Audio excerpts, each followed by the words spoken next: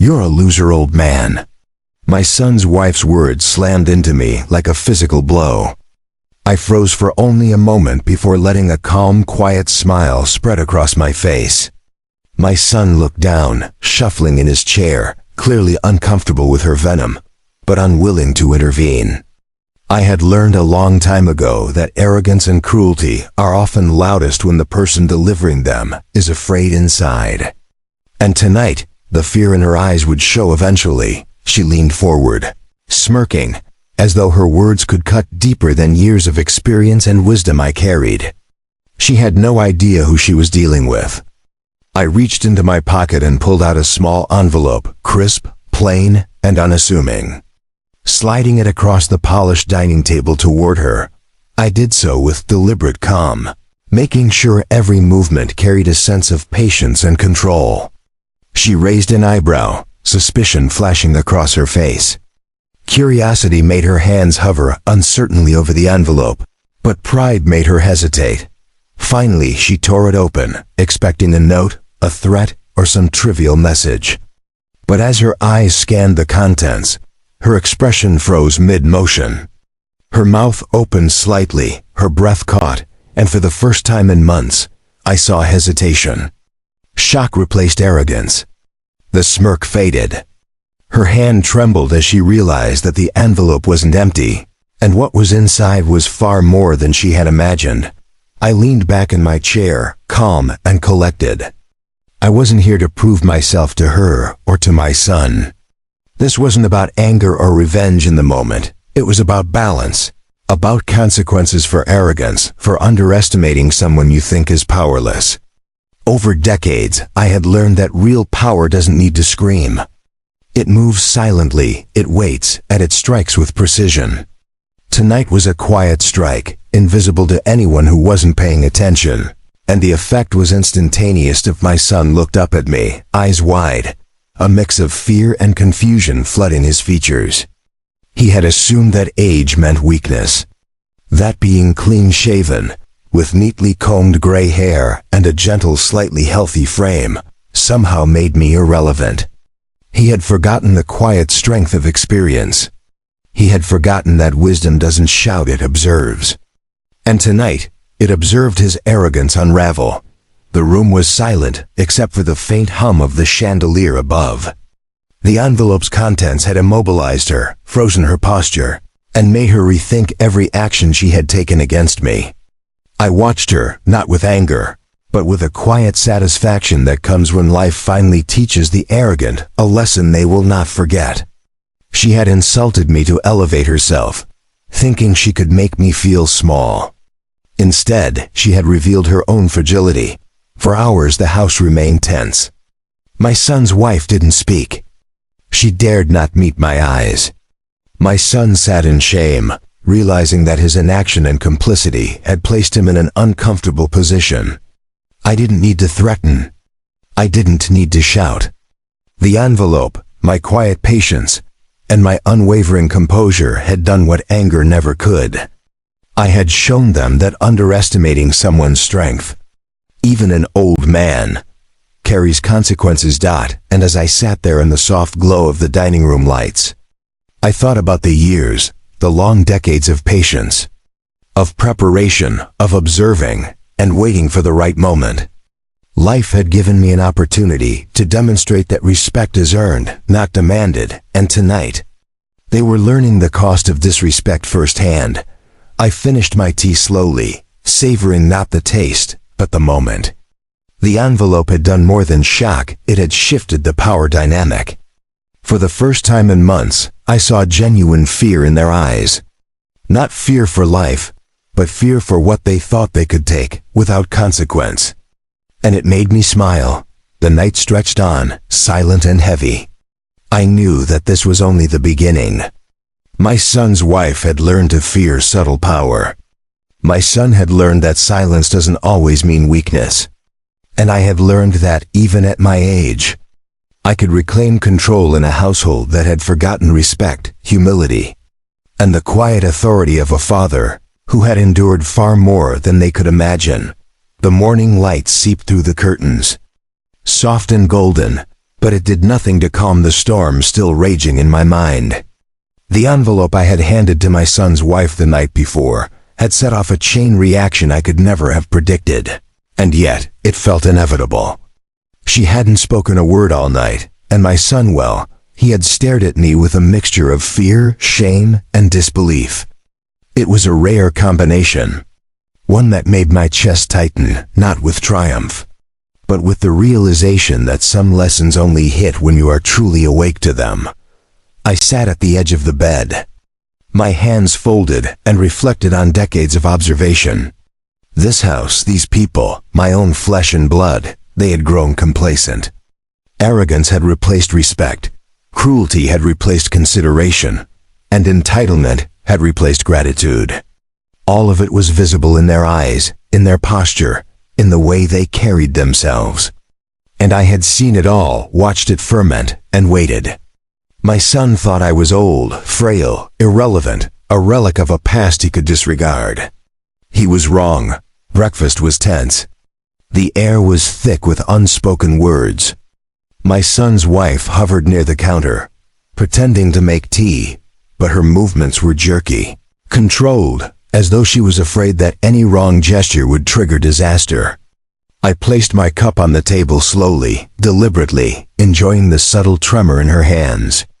My son avoided eye contact, shoving toast into his mouth with shaky motions, but I could see his mind racing. He was trying to calculate, to understand, to recover some semblance of control, but control was no longer in his hands. Finally, she spoke, her voice low, cautious, almost pleading. What was in that envelope?" She glanced at my son, who remained silent, his face pale. Her eyes flicked back to me, searching for a hint, a tremor, a sign of weakness. But I remained calm, composed, a quiet fortress of dignity and patience. "What you read is enough," I said softly, my voice steady, carrying both warmth and warning. "Some things are meant to teach, not to punish. And some lessons are unavoidable when arrogance blinds the heart." Her lips parted slightly. She wanted to argue, to shout, to claim she had been wronged, but words failed her. The silence hung heavy, thicker than the walls of the house itself. My son finally looked at me, swallowing hard. "Dad, we..." His voice faltered. He had no words. He realized that the world he had taken for granted, the inheritance, the respect, the power was no longer assured. Not because I had taken it from him, but because he had proven himself unworthy in ways too obvious to ignore. I stood, stretching slowly, feeling the quiet strength of a man who had endured far more than most could imagine. "You have been reckless," I said to both of them, my gaze firm. "You have assumed the worst about me, about life, about loyalty. But the truth is, life always finds balance. And balance has a way of humbling the arrogant." My son's wife shifted, uneasy. She had underestimated me, thought me weak, thought my age made me irrelevant. Now, she understood that I was neither irrelevant nor weak, I was simply patient. I walked past them to the window and looked out over the garden. The morning sun reflecting off the dew, sparkling like 1,000 tiny truths that could not be ignored. "You think you can manipulate, you think you can deceive, you think you can intimidate," I continued, my voice calm but resonant. "But there is one thing you cannot control: consequences. And tonight, yesterday, and every day before, you have sown seeds of arrogance. Tonight, you will reap them." My son's face had drained of color. His wife's hands clenched at her sides, trembling slightly. She realized the magnitude of the misstep, the depth of the trap she had walked into, and the futility of anger in the face of true foresight. I had prepared for decades for this, not with threats, not with shouting, but with observation, patience, and the quiet accumulation of power. Every subtle slight, every selfish act, every insult had been catalogued, stored, and now finally accounted for. The rest of the morning passed with a tension that could have split stone. I moved through the house as if it were a stage, and I the sole director. My son attempted to engage me, to apologize, to bargain. "Dad, please," he began, voice cracking, but I simply shook my head. "Actions speak louder than words," I said. "And the truth is visible to anyone who has eyes to see." By midday, the transformation was complete. My son's wife had stopped attempting any pretense of control. My son had stopped pretending strength. And I, quietly observing, felt a deep satisfaction, not in revenge, not in humiliation, but in the restoration of balance. Life had a way of humbling the arrogant, of revealing the truth, and tonight, for the first time in decades, I witnessed it unfold before me. I had taught them something invaluable. Respect is not given. It is earned. Arrogance carries a price. And patience, the kind that comes from age, from experience, from enduring every slight. Every insult has power beyond measure. And I knew, as I prepared for the evening, that the envelope had been only the beginning. The true revelations were yet to come. The lessons were far from over. And they would learn, painfully, that I was not just a father. They had underestimated a man who had lived, observed, and endured long enough to understand the depth of human folly. I walked quietly through the hallway, each step deliberate, the floorboards creaking under my weight. My mind was calm, yet every nerve hummed with a subtle intensity. I had watched them for months, years, even cataloging behaviors, recording insults, noting their arrogance. Every slur, every selfish act, every dismissive word had been stored in the quiet chambers of my mind. And now, it was time to reveal the truth. I entered the study without knocking. My son jumped, startled, eyes wide, hands clutching the edge of his desk.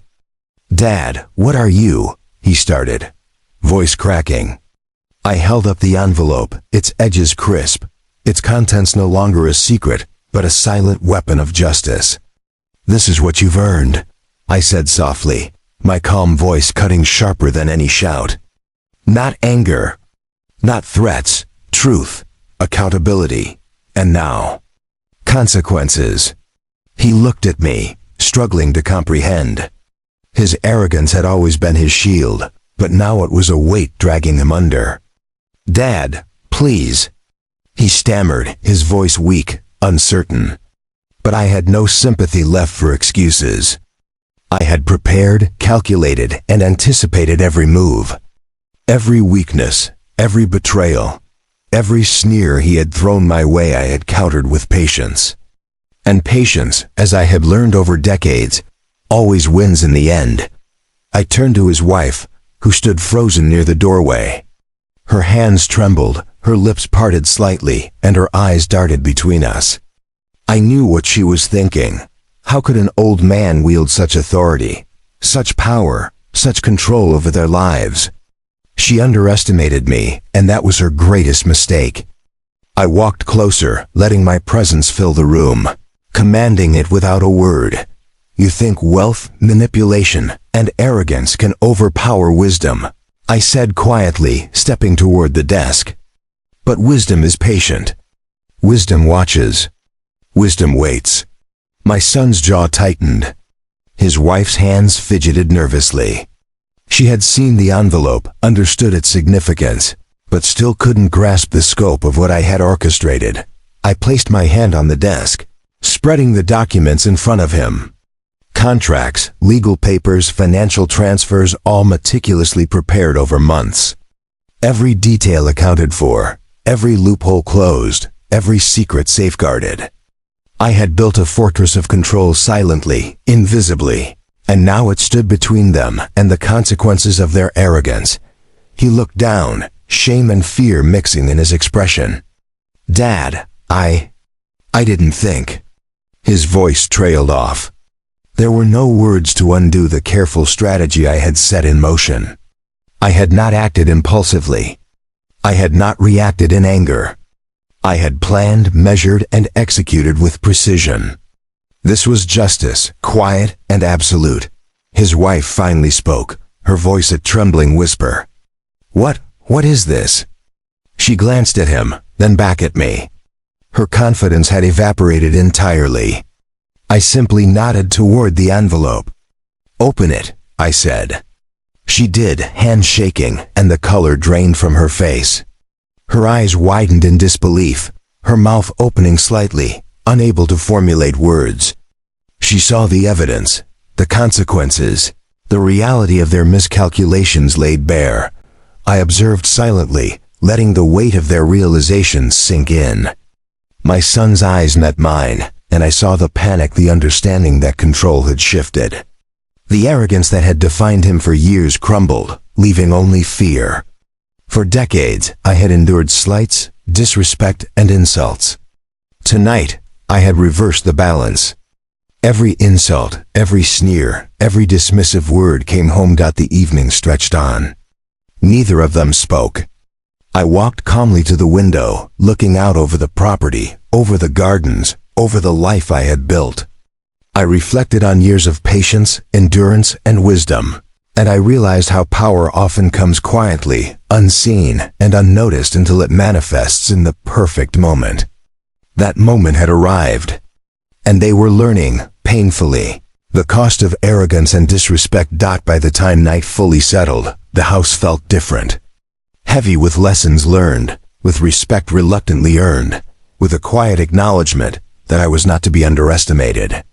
I had taught them that evening that age does not mean weakness. Patience is a form of strength.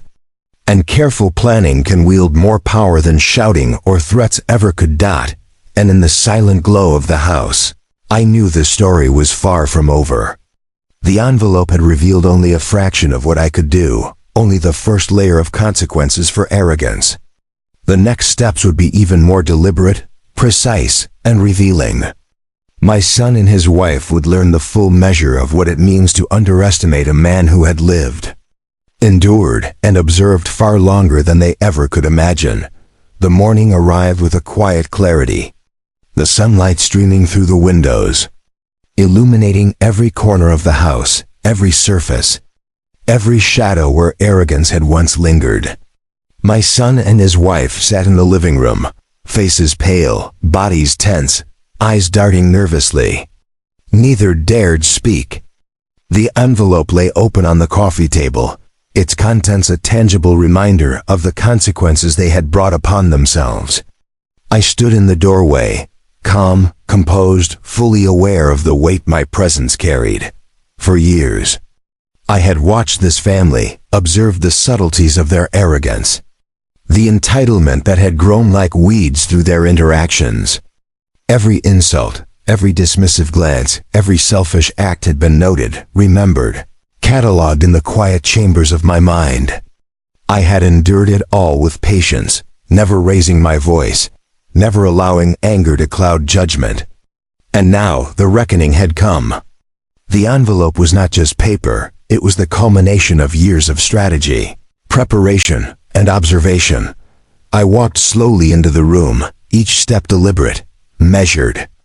My son's eyes followed me, wide with fear, shame, and disbelief. His wife shifted, hands wringing nervously in her lap. "Dad." "Please," he began, voice trembling. But I raised a hand, a simple gesture that silenced him instantly. "There is nothing to plead for," I said softly, yet firmly.